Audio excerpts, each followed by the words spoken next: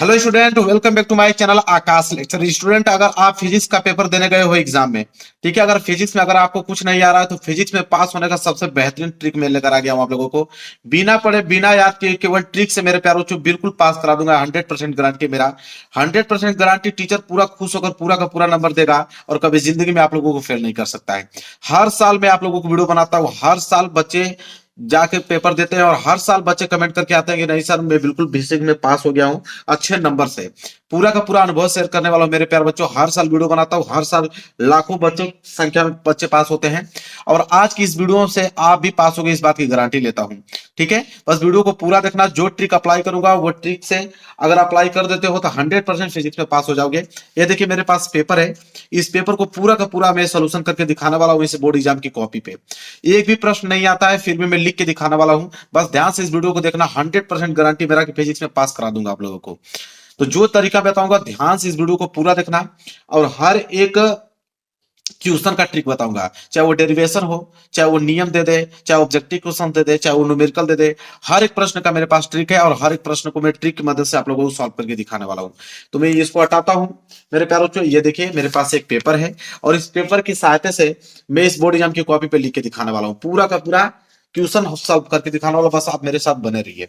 देखिए मेरे प्यार बच्चों, यह पेपर है और ये आपकी बोर्ड एग्जाम की कॉपी है। ठीक है, तो जब भी आप लोगों को पेपर मिले, मान लीजिए कि आप ये प्रश्न करने वाले हो दूसरा, ठीक है, दूसरा प्रश्न करने वाले हो, इसमें बोला कि 3 खंडों के उत्तर देना है और क वाला अगर आप प्रश्न आप कर रहे हो, क वाला प्रश्न अगर आपको नहीं आ रहा है तो कैसे आप लिखोगे उसको ध्यान से समझिए।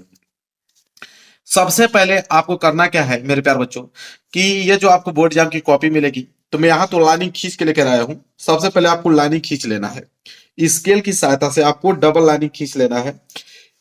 इसके बाद मेरे प्यारों जो कॉर्नर में, यहाँ पे कॉर्नर में आपको रोल नंबर लिखना है। क्या लिखना है मेरे प्यारों जो रोल नंबर, 10 अंकों का जो रोल नंबर होगा यहाँ पे कॉर्नर में हर एक पेज पे आप लोगों को रोल नंबर लिख देना है। ठीक है, ये काम कर लेना है और यहाँ पे लाइनिंग खींच लेना है। खींच लिया आपने। अब देखिए, यह प्रश्न अगर करना आप चाहते हो, प्रश्न संख्या दूसरा, तो सबसे पहले आप प्रश्न उत्तर संख्या डालो। तो आपको ब्लैक पेन से यहाँ पे डालना पड़ेगा हेडिंग, लिखना पड़ेगा प्रश्न उत्तर संख्या दूसरा। ठीक है, यहाँ पे सबसे पहले हेडिंग बनाओगे और लिखोगे प्रश्न उत्तर संख्या दूसरा, प्रश्न उत्तर संख्या दूसरा। यह काम आपको सबसे पहले करना है, हेडिंग वगैरह सही से डालना है। प्रश्न उत्तर संख्या आप दूसरा कर रहे हो, तीसरा प्रश्न उत्तर संख्या दूसरा कर देना है और आपको यहाँ पे घेर देना है और नीचे स्केल के सहायता से आपको क्या कर देना है मेरे प्यार जो अंडरलाइन कर देना है। यह काम आपको सबसे पहले करना है। तो प्रश्न उत्तर संख्या दूसरा कर रहे हो, दूसरा का क वाला कर रहे हो मेरे प्यारो चो, तो प्रश्न उत्तर संख्या दूसरा का क कर रहे हो तो यहाँ पे आपको डालना है क वाला। प्रश्न उत्तर संख्या दूसरे का आप क कर रहे हो। इसके बाद इस प्रश्न को आप पढ़ोगे। प्रश्न क्या है कि दो बिंदुओं के बीच विभवांतर 50 वोल्ट है। एक बिंदु से दूसरे बिंदु तक इतना कूलाम आवेश को ले जाने में कितना कार्य करना होगा। अब ये प्रश्न आपको आ नहीं रहा है, इसे ट्रिक की मदद से कैसे आप करोगे, देखिए कैसे करोगे। तो मेरे प्यारे बच्चों, अगर कोई क्वेश्चन ना आए तो उसका आंसर एक ट्रिक से लिखना, टीचर पूरा का पूरा नंबर देगा। कौन सा ट्रिक है मेरे प्यारे बच्चों, उसे समझो। जो तरीका बताऊंगा सेम वही तरीका अप्लाई आपको करना है। अब मेरे प्यारे बच्चों, आपने ये प्रश्न पढ़ा, यह है न्यूमेरिकल। अब इस न्यूमेरिकल को कैसे करना है इसे समझिए। अब मेरे प्यारे बच्चों, दूसरे का क कर रहे हो, तो सबसे पहले मेरे प्यारे बच्चों बोलना है यहाँ पे कि दो बिंदु के बीच विभवांतर इतना वोल्ट है। ये आपको क्या है, दिया है। तो दिया है तो ब्लैक पेन से सबसे पहले आपको यहां पे लिखना है मेरे प्यारे बच्चों, दिया है। क्या लिखोगे, दिया है।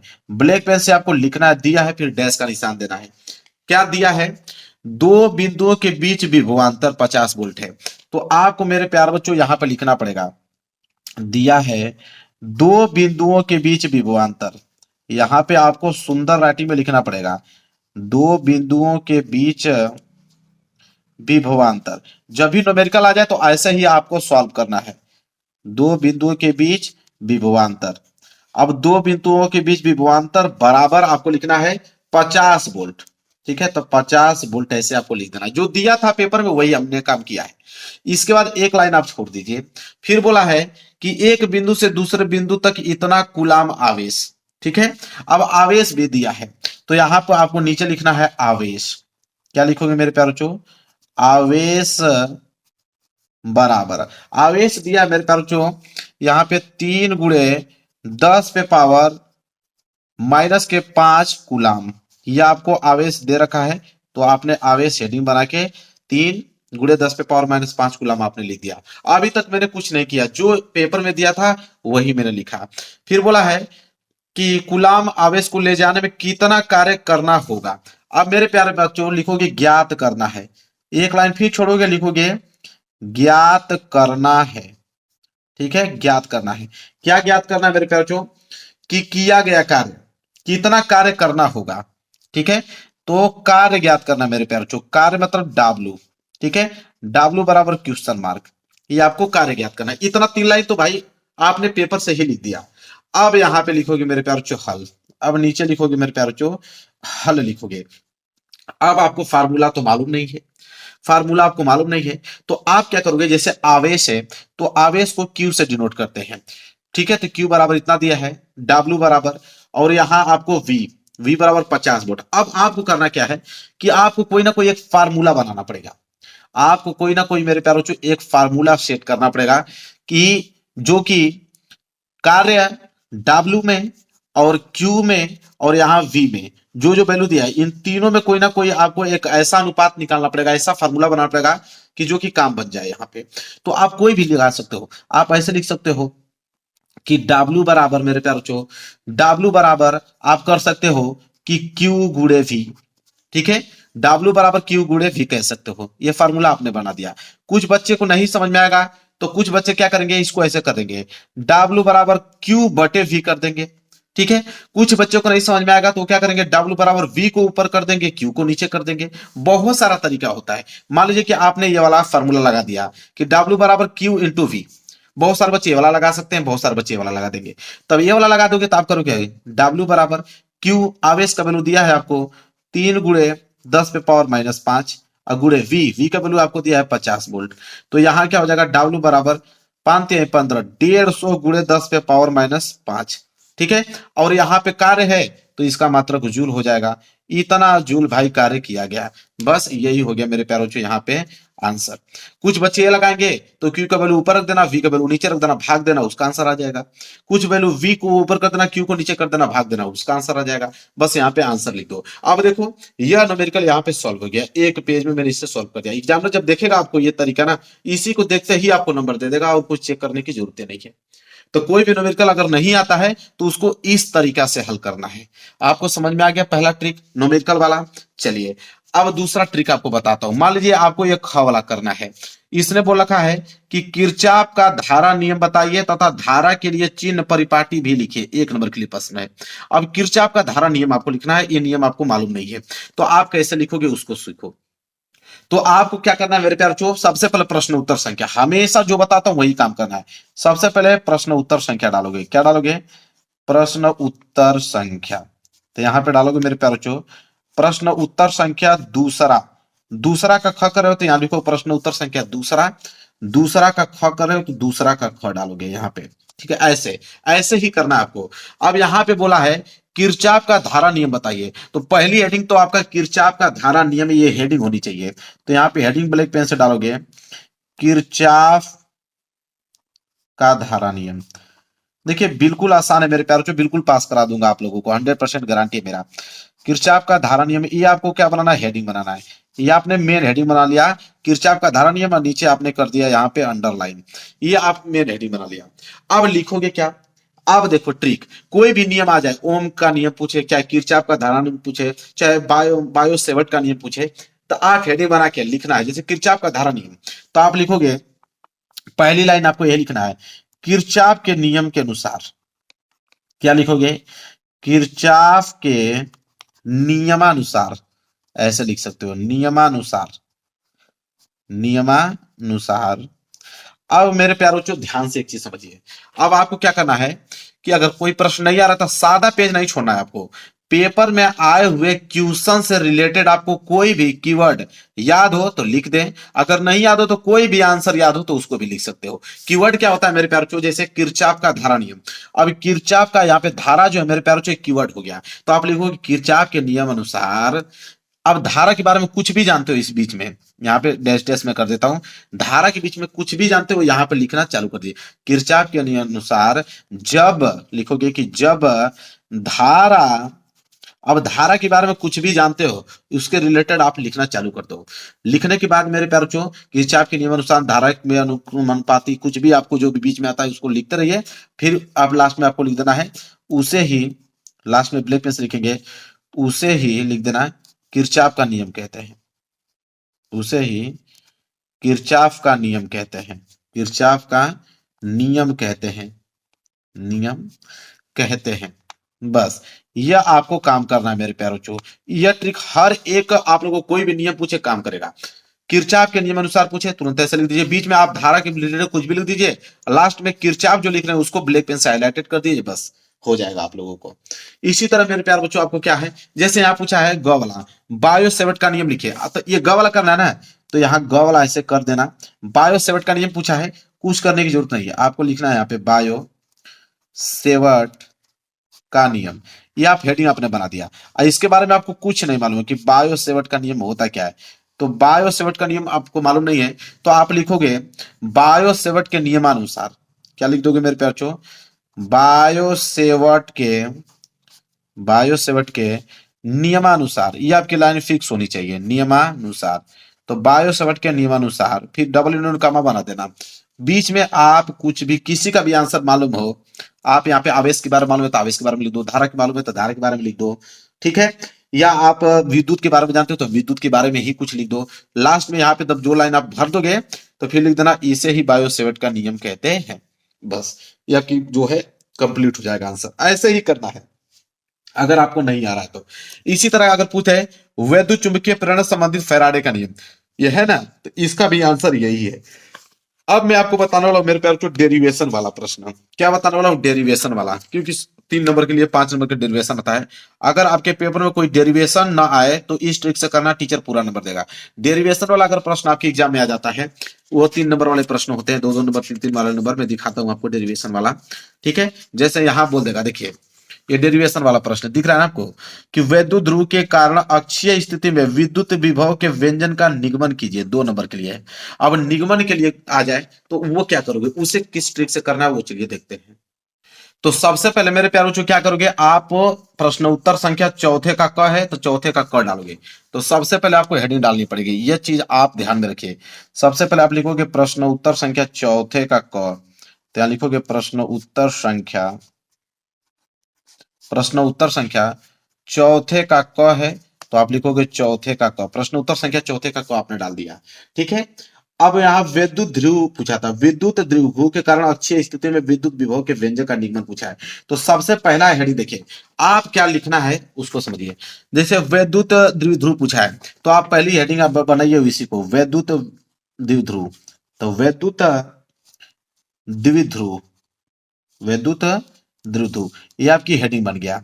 अब मेरे प्यारे बच्चों इसमें क्या करना है, वैद्युत कीवर्ड है, द्विध्रुव कीवर्ड है। अब वैद्युत के बारे में कुछ भी जानते हो लिखना, आंख बंद के लिखना चालू करो यहाँ पे, और ध्रुव के बारे में कुछ भी जानते हो यहाँ पे लिखना चालू करो। जैसे 2 लाइन हो गया। अब क्या करोगे, देखो बोला है कि अक्षीय स्थिति में विद्युत विभव के व्यंजक का निगमन। तो अब विद्युत विभव, अब 2 लाइन हो गया ना, अब नीचे फिर विद्युत विभव डालो, विद्युत विभव। अब विद्युत विभव हेडिंग बनाकर अब क्या करोगे, अब ध्यान सुनो।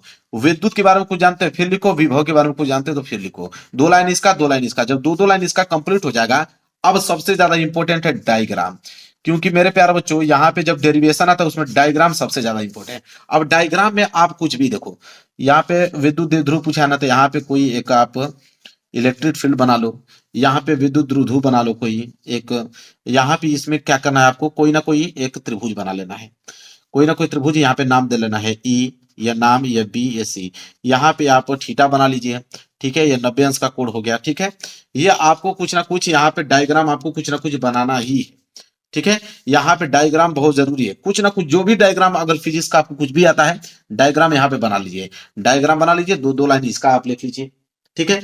और यहाँ पे आपको कोई भी सूत्र, क्योंकि निगमन पूछा है तो सूत्र कोई भी अगर आपको याद है, कोई भी सूत्र याद है वो सूत्र आप यहाँ छाप दो। या आपके पेपर में मेरे प्यारे बच्चों कोई भी अगर फार्मूला आपको दिया है, पेपर जब दोगे ना तो पेपर में बहुत सारे फार्मूलेज आपको देखने को मिलेंगे। जैसे ये पेपर है, इस पेपर में हम लोग खोजेंगे कहीं फार्मूला कुछ दिया है कि नहीं किसी का, ठीक है।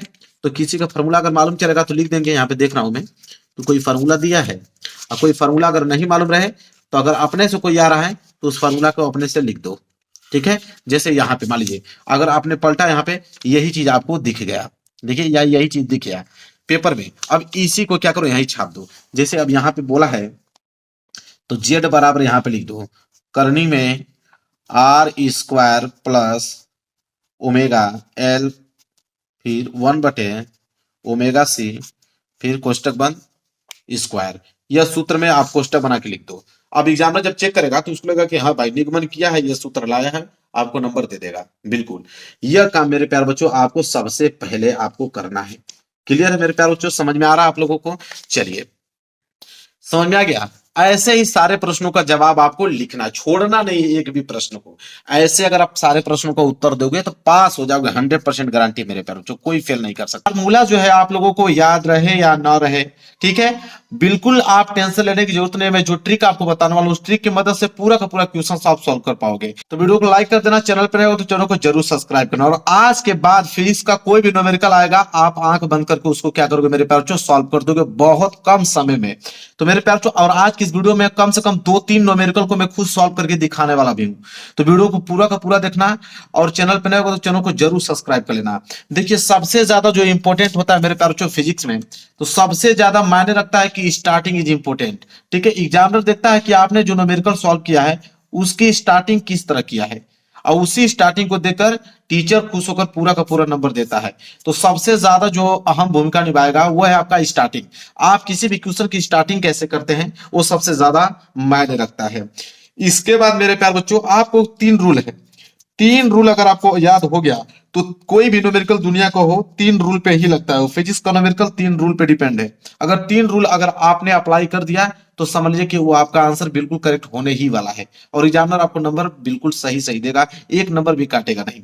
तो कौन से 3 रूल है उनको देखेंगे, इसके बाद न्यूमेरिकल भी लेकर आऊं, उनको मैं खुद सॉल्व करके आपको बताने वाला हूं। देखिए पहला जो रूल है मेरे प्यारे बच्चों वो है आपको कि वैल्यू को कलेक्ट करना। सबसे ज्यादा जो इंपॉर्टेंट है वो होता है कि वैल्यू को कलेक्ट करना। जब आप वैल्यू को कलेक्ट कर लोगे तो इसके बाद आपको बेहद आधा काम आपको वहीं से हो जाएगा। जब वैल्यू को आप कलेक्ट कर दोगे ना तो आधा काम वहीं से आपका हो जाएगा। और वैल्यू कलेक्ट कैसे किया जाता है बहुत सारे बच्चों को मालूम नहीं होता। जैसे अगर मैं आपको मान लीजिए कि दे दिया, अगर मैं आपको 2 एम्पियर धारा दे देता हूं तो ये बताइए कि 2 एम्पियर अगर मैंने आपको धारा दे दिया तो आप धारा अगर 2 एम्पियर दे दिया इसको कैसे आप डिनोट करोगे? तो आपको मालूम होना चाहिए कि धारा को हम लोग आई से डिनोट करते हैं। तो आप लिखोगे कि आई बराबर 2 एम्पियर, ठीक है, ऐसे आपको मालूम होना चाहिए। जैसे अगर मान लीजिए कि अगर मैं आपको दे दिया कि 1 सेकेंड दे दिया तो 1 सेकेंड का मतलब आप क्या समझते हैं? आपको मालूम होना चाहिए कि 1 सेकेंड मतलब इस समय दिया है और समय को हम लोग टी से डिनोट करते हैं। तो टी बराबर आप लिखोगे मेरे प्यारे बच्चों 1 सेकेंड। अगर मान लीजिए अगर मैं आपको ऐसे ही दे दिया कि 4 मीटर प्रति सेकेंड वेग से, अगर मैंने न्यूमेरिकल में ऐसे लिख दिया कि 4 मीटर प्रति सेकंड वेग से, तो आपको मालूम होना चाहिए कि वेग मतलब क्या होता है। वेग को हम v से डिनोट करते हैं। v बराबर हमको दिया है 4 मीटर प्रति सेकंड। ये सारी चीज आपको मालूम होना चाहिए। अगर आपको मान लीजिए दे दिया 2 मिलीग्राम दे दिया या 2 केजी आपको दे दिया तो फिर आप कैसे मालूम होगा? तो 2 केजी दे दिया, 2 मिलीग्राम दे दिया मेरे प्यारे बच्चों, चाहे 2 ग्राम दे दिया तो आपको मालूम चाहिए कि द्रव्यमान दिया है। द्रव्यमान को हम डिनोट करते हैं m से। m मतलब मास, तो m बराबर आपका ये वैल्यू लिखेंगे। तो सबसे ज्यादा इंपॉर्टेंट है वैल्यू को कलेक्ट करना और इन चिन्हों से आपको प्रदर्शित करना पड़ेगा कि i बराबर क्या है, t बराबर क्या है, v बराबर क्या है, m बराबर क्या है। ये चीज आपको मालूम होना चाहिए। ये है आपका पहला रूल, ठीक है, ये सबसे ज्यादा इंपॉर्टेंट है। अगर ये नहीं कर पाओगे तो हम लोग न्यूमेरिकल में कुछ नहीं कर पाओगे। तो ये सारी चीजें आपको मालूम होना चाहिए। इसके बाद मेरे प्यारों जो अगर हम बात करें दूसरी चीज, तो दूसरी चीज क्या है उसको देखिए। दूसरी चीज मेरे प्यारों जो है कि यूनिट में करेक्शन। क्योंकि कोई भी पद्धति अगर हम लिखेंगे तो एमकेएस पद्धति पे उसको लिखा जाता है और यूनिट बहुत ज्यादा इंपॉर्टेंट है, आपको मालूम होना चाहिए। देखिए आप अभी से रट लीजिए इसको कि अगर आपको 1 मिलीग्राम दे दिया तो 1 मिलीग्राम बराबर होता है 10 पे पावर -3 मीटर। ये आपको याद होना चाहिए। 1 माइक्रोग्राम दे दिया तो आप कहोगे मेरे पास जो 10 पे पावर -6 मीटर। 1 नैनोमीटर दे दिया तो 10 पे पावर -9 मीटर। 1 सेंटीमीटर दे दिया तो 10 पे पावर -2 मीटर। ये सारी चीजें आपको मेरे प्यार बच्चों याद होना चाहिए किसी कीमत पे। देखिए ये जो है 10 पे पावर -3, 10 पे पावर माइनस 6, 10 पे पावर माइनस 9, 10 पे पावर माइनस 2, ये बदलता नहीं है, बस ये सारी चीजें बदलती हैं। ये फिक्स होता है। देखो आपको ये मीटर दे दिया, ठीक है, तो आपको मालूम है मीटर दे दिया तो 10 पे पावर माइनस 3 ही होगा, ठीक है। अगर आपको यहाँ पे माइक्रो दे दिया तो माइक्रो का वैल्यू होता है 10 पे पावर माइनस 6, ये आपको मालूम होना चाहिए। नैनो दे दिया तो नैनो का मतलब होता है 10 पे पावर माइनस 9, ठीक है। बस यूनिट बदलता है। जैसे यहाँ पे अगर मैं कह दिया कि 1 मिली एम्पियर, तो 1 मिली एम्पियर कह दिया ना, तो इसका आंसर हो जाएगा 10 पे पावर माइनस 3 एम्पियर, ठीक है। तो देखो 10 पे पावर माइनस 3 तो यही है, बस यहाँ पे मीटर जो है तो यहाँ पे आपका एम्पियर आ जाएगा, बाकी वैल्यू सेम वही रहेगी। अगर मैं आपको ये कह दूं कि 1 माइक्रो एम्पियर, तो 1 माइक्रो एम्पियर किया दिया ना, तो माइक्रो का क्या होता है 10 पे पावर माइनस 6, तो ये हो जाएगा सिर्फ क्या, माइनस 10 पे पावर माइनस 6 एम्पियर, ठीक है। तो बस वैल्यू यह डिपेंड करता है कि यहाँ पे क्या दिया है, एम्पियर में दिया है कि मीटर में दिया है, ठीक है, कि यहाँ पे कुलाम में दिया है, कुछ भी पूछ सकता है। 1 मिली कुलाम भी पूछ सकता है। अगर आपको मैं इस तरह कह दूं कि 1 मिली कुलाम बराबर क्या होगा, तो आप कहोगे कि 1 मिली कुलाम बराबर माइनस 10 पे पावर माइनस 3 कुलाम होगा, ठीक है। ऐसे होता है। समझ में आ गया आप लोगों को सारी चीजें। तो यह यूनिट आपको मालूम होना चाहिए, किसी कीमत पर आप इसको रटिए चाहे किसी तरह कीजिए, ये आपको मालूम होना चाहिए किसी कीमत पे। और एक जो है बहुत इंपॉर्टेंट है, एक पूछता है कि 1 एंगस्ट्रॉम बराबर, तो 1 एंगस्ट्रॉम बराबर होता है मेरे प्यार बच्चों 10 पे पावर माइनस 10 मीटर। इसको भी आप याद कर लीजिएगा। बस इतना ही अगर याद है तो आप फिजिक्स के सारे न्यूमेरिकल सॉल्व कर पाओगे। तो ये दूसरी चीज हो गया मेरे प्यार बच्चों। इसके बाद अगर इसको मैं साइड करूं, तो इसके बाद तीसरी चीज जो आती है वो आता है मेरे प्यार बच्चों क्या, फार्मूले का चयन। जब इतना सी सारी चीजें लिख देंगे तब आपको मालूम चलेगा कौन सा फार्मूले का यूज हम करेंगे यहाँ पे, ठीक है, किस फार्मूले के यहाँ पे हम लोग यूज करेंगे। अगर मान लीजिए कि अगर मैं आपको दे दिया यहाँ पे अगर मैं आपको द्रव्यमान m का वैल्यू कुछ दे देता हूं, यहाँ पे अगर आपको त्वरण दे देता हूं, ठीक है, तो यहाँ पे अगर मैंने त्वरण दे दिया, यहाँ पे आपको द्रव्यमान दे दिया, और F बराबर पूछूं कि बल कितना होगा, तो आपको मालूम होना चाहिए कि अगर m का वैल्यू दिया है, त्वरण का वैल्यू a का वैल्यू दिया हुआ है, ठीक है, तो हम लोग यहाँ पे F बराबर क्या होगा, तो आपको होगा कि F बराबर फॉर्मूला होता है m गुणे a। तो यहाँ पे कौन सा फॉर्मूला लगेगा, F गुणे m, F बराबर m गुणे a, ठीक है, मतलब बल बराबर द्रव्यमान गुणे त्वरण का फॉर्मूला लगेगा। तो सारी चीजें लिखने के बाद तब लास्ट में हम लोग फॉर्मूला का चयन करते हैं कौन सा फॉर्मूला लगेगा, ठीक है।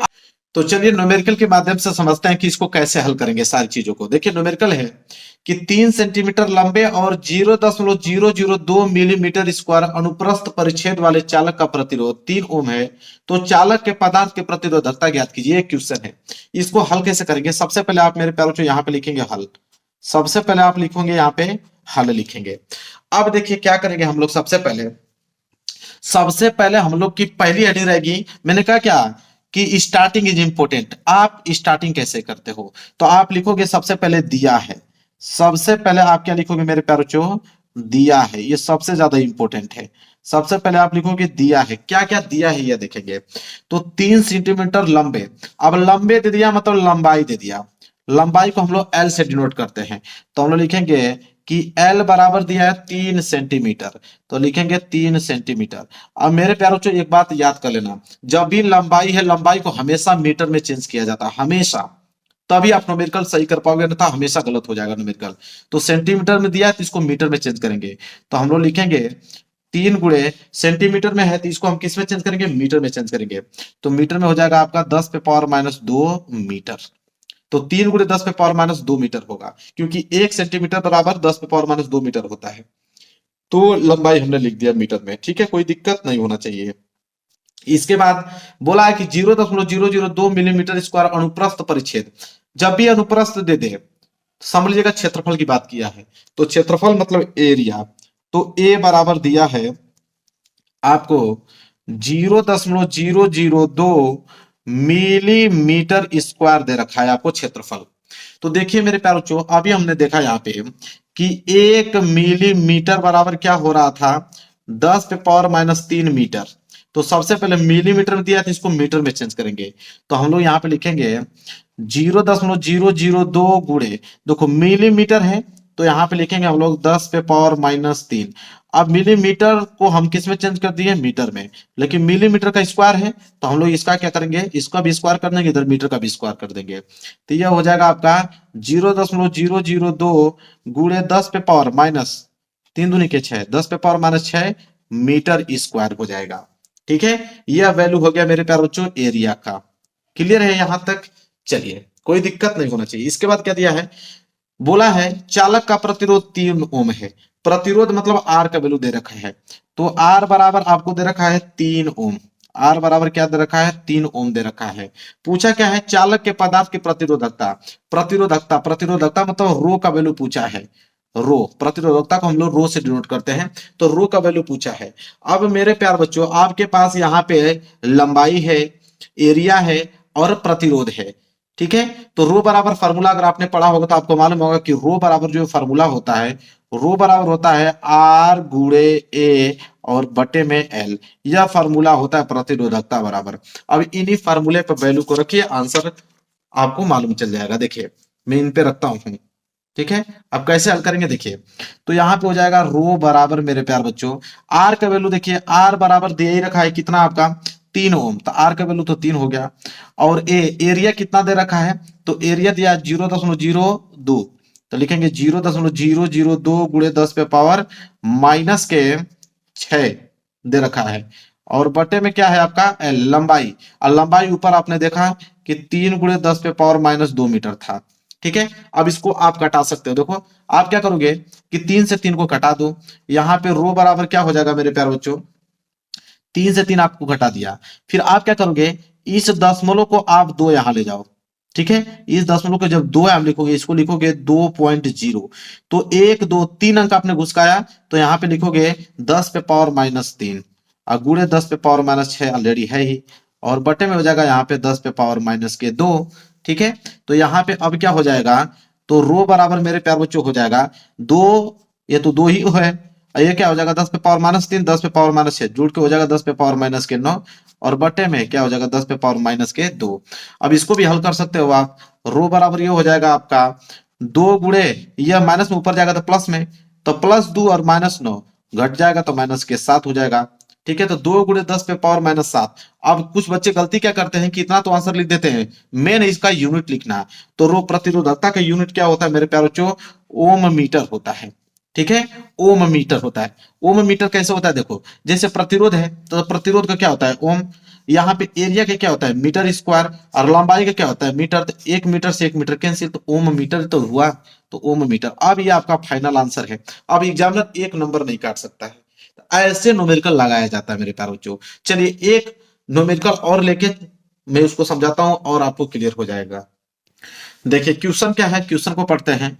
बोला कि किसी चालक तार से 5 मिली एम्पियर की धारा प्रवाहित हो रही है, तो तार से 2 मिनट में प्रवाहित होने वाली आवेश की मात्रा ज्ञात कीजिए। ये क्वेश्चन है। सबसे पहले मेरे प्यारों जो हम लोग लिखेंगे यहाँ पे हल, और हल में सबसे पहले लिखेंगे कि दिया है। क्या लिखेंगे, दिया है।